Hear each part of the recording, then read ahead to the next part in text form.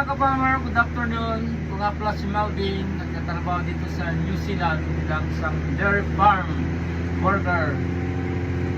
So, yun, basta mga ka-farmer, ay winter na ngayon, malamig na. So, bago tayo magsimula,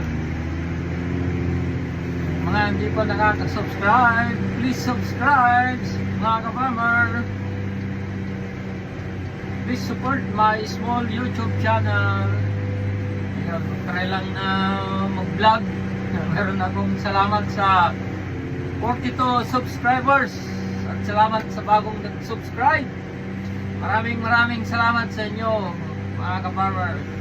Salamat sa 42 subscribers. Salamat. Sana pa'y makaabot ng 1,000 subscribers mga ka-farmer. So yun, maraming salamat mga ka-farmer. Sana'y magkaroon tayo ng 1,000 subscriber. So yun, nagpakain ako ng baka mga ka-farmers. Yan yung mga ka-farmer, oh. Tapos na pala, hindi ko na yung video. So yun.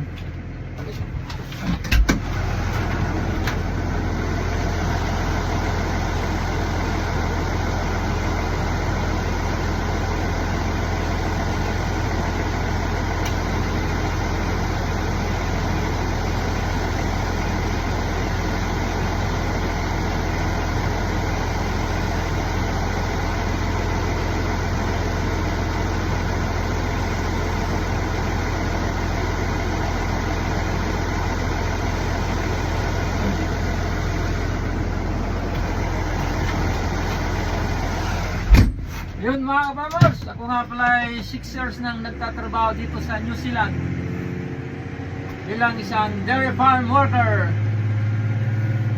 dito sa New Zealand. Ngayon ay winter na mga ka-farmer, malamig na, kaya ingat tayo, mag-dubli ng jacket.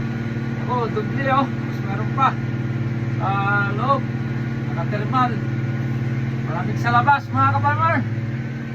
Dito sa loob ng tractor eh, meron tayong warm heater. Yan. So yun mga ka-farmer, please subscribe. Salamat. At ako yung mag-try lang na mag-vlog. Hindi ako marunong, kaya yun. Salamat sa suporta mga ka-farmer, sa aking subscribers, 42 subscribers. Maraming thank you sa inyong lahat. Thank you. Ingat mga ka-farmers. God bless.